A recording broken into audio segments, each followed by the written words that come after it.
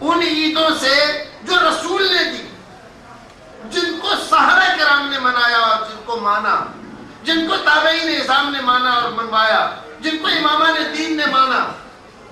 آج کے زمانے میں ہم جیسے مولوی 14ویں صدی کے ایک نئی عید ایجاد کریں اور اس کو کہہ دیں عیدوں کی عید، یعنی رسول کی دی ہوئی عیدیں نیچی ہو جائیں اور ہماری نکالی ہوئی عید اوپر ہو جائے، اور پھر بھی ہم عقیدت اور احترام کے سارے حقوق اپنے حق میں محفوظ سمجھے، کتنا بڑا ظلم، کتنا بڑا ظلم ہے کہ میرے رسول نے جو عیدیں بتلائیں ان کو آپ نے پیچھے کر دیا۔ ہم جانتے ہیں ہمارے سامنے یہ جب سے جلوس شروع ہوئے،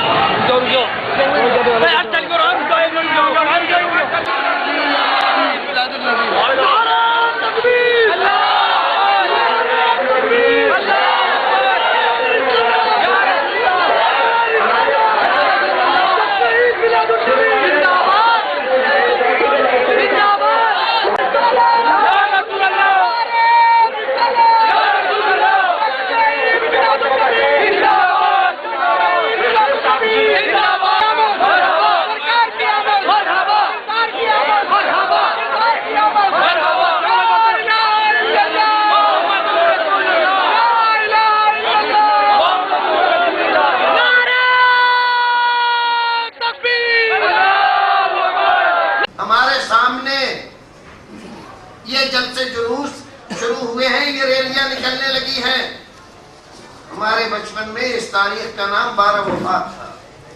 سارے لوگ، جو لوگ 45-50 سال یا اس سے زائد عمر رکھتے ہیں، وہ سارے اس بات کی گواہی دیں گے کہ اس کا نام 12 وفات تھا۔ آج میڈیا کی برکت سے، ٹی وی کی برکت سے، کچھ لوگوں کی اس پہ ہنگامہ آرائی کی برکت سے اس کا نام عید میلاد النبی ہو گیا، جس کا پہلے سے کوئی تذکرہ نہیں، نہ قرآن میں، نہ حدیث میں، نہ فقہ میں، نہ کسی امام کی کسی کتاب کے اندر۔ اب لوگ اپنے طور پر قرآن حدیث سے استدلال کر کے ایک کتابچہ آج دیکھا، سیرت حلبیہ اور دوسری کتابوں کی بعض عبارتیں نقل کر کے انہوں نے کہا کہ دیکھیے، سیرت حلبیہ کا مصنف کیا صحابہ کرام میں سے ہے؟ نہیں۔ تابعین میں سے؟ نہیں۔ تبع تابعین میں سے؟ نہیں۔ امامان دین میں سے ہے؟ نہیں۔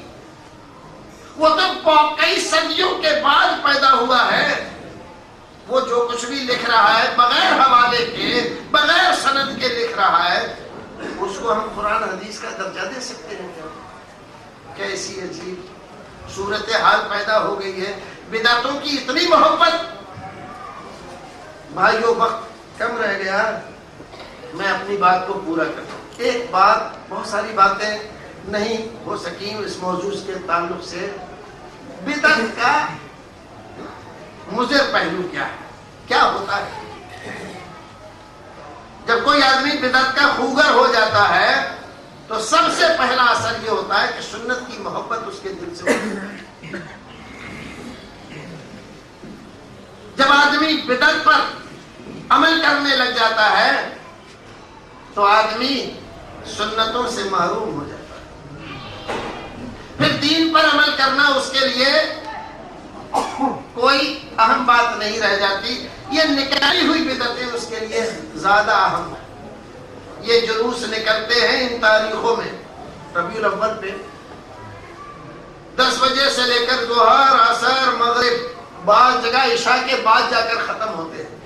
جتنے حضرات اس میں شامل ہوتے ہیں الا ماشاء اللہ کوئی نماز نہیں پڑھتا جو فرض ہے، جو فرض ہے، اور فرض کے ساتھ جو سنتیں ہیں وہ بھی نہیں پڑھتا، اور اتنا سرشار ہوتا ہے اس عقیدت کے جھرمٹ میں اور اس دکھاوے اور ریاکاری کے اس کاروبار میں کہ سب کچھ بھول جاتا ہے کہ جو نبی معراج میں جا کر ہمارے لیے اللہ کا تحفہ لایا تھا وہ بھی ہمارے اوپر فرض ہے، اسی نے بتلایا تھا، تو اس کی ہم ولادت تو منا رہے ہیں، لیکن وہ جو پیغام لے کر آیا تھا اس کی ہمیں کوئی نہیں۔ تو سنتیں چھوٹتی چلی جاتی ہیں، فرائض تک چھوٹ جاتے ہیں، اور آدمی ان بدعات کا خوگر۔ رسول اکرم صلی اللہ علیہ وسلم کی سنت روشنی ہے، بدعت سراپا تاریکی ہے۔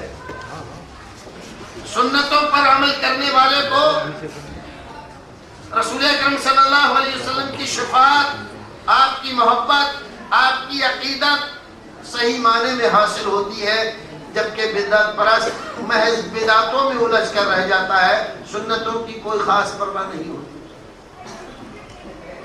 ایک حدیث رسول اکرم صلی اللہ علیہ وسلم کی بخاری شریف کی ہے، صحابہ کرام نے ایک دن پوچھا اللہ کے رسول قیامت کے دن تو بہت سارے لوگ ہوں گے آدم سے لے کر آخری آدمی تک، آپ اپنی امت کے لوگوں کو کیسے پہچانیں گے؟ سوال واقعی معقول تھا۔ رسول اکرم صلی اللہ علیہ وسلم نے اس سوال کرنے والے سے ایک سوال کیا تاکہ وہ اچھی طرح سے سمجھ جائے۔ اچھا یہ بتاؤ، کسی آدمی کے پاس گھوڑے ہو، کیسے؟ پچکلیاں، کیسے پچکلیاں؟ جن کا چہرہ سفید ہو، اگلے پیر پچھلے پیر یہ سفید ہو، اور ایسے گھوڑے ملا دیے جائیں کالے گھوڑوں میں، فی خیل بہمن بہمن۔ یہ بتلاؤ وہ اپنے گھوڑوں کو پہچان لے گا نہیں پہچان لے گا؟ ہزاروں گھوڑوں میں ملا دیے گئے اس کے گھوڑے، پہچان لے گا کہ نہیں؟ کہا کہ اللہ کے رسول بالکل پہچان لے گا۔ کہا کہ ایسے ہی میں اپنی امت کے لوگوں کو پہچان لوں گا۔ میری امت کی یہ خاص پہچان ہوگی کہ ان کے اعضائے وضو چمک رہے ہوں گے چودھویں کے چاند کی طرح سے، ان کا چہرہ چمک رہا ہوگا وضو کرتے، جہاں تک پانی جاتا وہ چمک رہا ہوگا، ہاتھ چمک رہے ہوں گے ان کے، پیر چمک رہے ہوں گے، جہاں تک وضو کا پانی جاتا ہے میں فوراً پہچان لوں گا یہ میری امت کے لوگ ہیں۔ آپ فرماتے ہیں اسی درمیان میں کہ میں حوض کوثر پہ ہوں گا اور جام پلا رہا ہوں گا اپنی امت کے لوگ آ رہے ہوں گے چوک در چوک، اور جو ایک بار پی لے گا کبھی بھی پیاس کی تکلیف اس کو نہیں ہوگی۔ اتنے میں ایک بہت بڑی جماعت ہوگی، وہ مجھ سے قریب ہو رہے ہوں گے اور آثار وضو ان کے چمک رہے ہوں گے، یعنی پہچان ہوگی کہ یہ میری امت کے لوگ ہیں۔ اتنے میں ایک طرف سے فرشتے آئیں گے کوڑے لے کر اور مار مار کے ان کو بھگائیں گے، بھاگو یا مردو یہاں کہاں ہے۔ جب میں دیکھوں گا تو مجھ سے کیسے برداشت ہو، میں احتجاج کروں گا، کیا ہو رہا ہے یہ میرے سامنے میری امت کے لوگوں کو مار مار کے مجھ سے دور کیا جا رہا ہے۔ صحابی، تو میرے لوگ ہیں، میرے ساتھی ہیں۔ فرشتے کہیں گے یا رسول اللہ انک لا تدری ما احدثوا بعدک، بعد روایتوں میں قد غیروا بعدک یا رسول اللہ، اللہ کے رسول آپ ان کو جانتے نہیں ہیں، ان کے ظاہری چہرے مہرے سے دھوکہ کھا رہے ہیں۔ کون ہے یہ؟ قد غیروا بعدک یا رسول اللہ، یہ وہ ہیں انہوں نے آپ کے دین کو آپ کے بعد بدل دیا تھا، یہ بدعتی ہیں، انہوں نے بدعتیں ایجاد کی۔ اتنا سنیں گے رسول اکرم صلی اللہ علیہ وسلم تو کیا فرمائیں گے؟ رحیم ہے، کریم ہے، رحمت للعالمین، کہا چھوڑا جانے دو یار، محبت میں سب کچھ کیا تھا۔ لیکن وہاں ایسا کچھ نہیں ہوگا۔ جب یہ سنیں گے کہ دین کو بدلا انہوں نے، دین کو بگاڑا، بدعتیں ایجاد کی، سنتوں کو مردہ کیا، فرمائیں گے سوقن سوقن لمن غیر بعدی، جن لوگوں نے میرے بعد میری سنتوں کی پرواہ نہیں کی، دین کو بگاڑا، اس کو تبدیل کیا، نئی نئی بدعتیں ایجاد کی، ان کو جلدی میری نظروں سے دور کر دو، میرا ان سے کوئی تعلق نہیں۔ بھائیو مسلمانوں، یہ رسول اکرم صلی اللہ علیہ وسلم کی صحیح حدیث بخاری شریف کی بدعتوں کا سب سے، اگر کوئی اور نقصان نہ ہو، سب سے نظر انداز کر لو، قیامت کے اس انجام کو آپ دیکھ کر ایک مسلمان کو کانپ جانا چاہیے اور بدعت سے توبہ کر لینا چاہیے کہ کہیں ایسا نہ ہو کہ بدعتوں کی وکالت کرتے کرتے، بدعتوں کی محبت میں زندگی گزارتے گزارتے کہیں شفاعت رسول سے اور حوض کوثر پہ جانے کوثر سے محروم نہ کر دیا جائے۔ پروردگار ہمیں اور آپ کو نیک عمل کرنے کی توفیق عطا فرمائے، جب دنیا سے لے جائے ایمان و سلامتی کے ساتھ لے جائے، رسول اکرم صلی اللہ علیہ وسلم کی حقیقی محبت سے ہمیں آشنا کرے، اور پروردگار ہمارے سینوں کو عقیدت و محبت رسول سے اور فرما دے کہ اس کے بعد کسی اور کے لیے جگہ نہ رہ جائے۔ واخر دعوانا